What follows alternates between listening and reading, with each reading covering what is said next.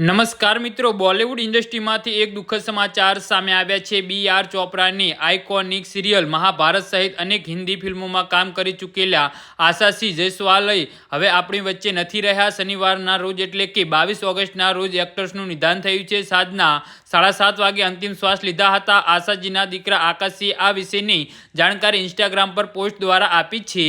જી હા મિત્રો, અત્યારે હાલના સૌથી મોટા અને દુઃખદ સમાચાર સામે આવી રહ્યા છે। તો મિત્રો, સમાચારમાં વધુ વિગતવાર વાત કરીએ તો મીડિયા રિપોર્ટ અનુસાર આશાશી જયસ્વાલ છેલ્લા ઘણા સમયથી બીમાર હતા। દીકરા આકાશીએ 23 ઓગસ્ટના રોજ સવારે 10 વાગે તેમની માતાના અંતિમ સંસ્કાર કર્યા હતા અને તેમની માતાએ એક વિટનર એક્ટર્સમાં લખ્યું હતું કે સામાજિક કાર્યકર અને ભારતના પ્રથમ મહિલા મિમિક્રી કલાકાર, અવાજની નકલ કરનાર કલાકાર અને ભારતના પ્રથમ આંતરરાષ્ટ્રીય એન્ટરટેનમેન્ટ મેનેજમેન્ટ કંપની આશા ઇવેન્ટ્સમાં એન્ડ ફિલ્મ્સમાં સંસ્થાપક, માલિક અને સંચાલકનું 22 ઓગસ્ટ 2026ના રોજ 7:30 વાગે નિધન થયું છે। તેઓ એક બહુ મહેનત અને મજબૂત મહિલા હતા। તમે બધા તેમના આત્માને શાંતિ મળે તે માટે પ્રાર્થના કરો। આ સાથે સોશિયલ મીડિયા પર તેમના કામને જરૂર જુઓ અને યાદ કરો।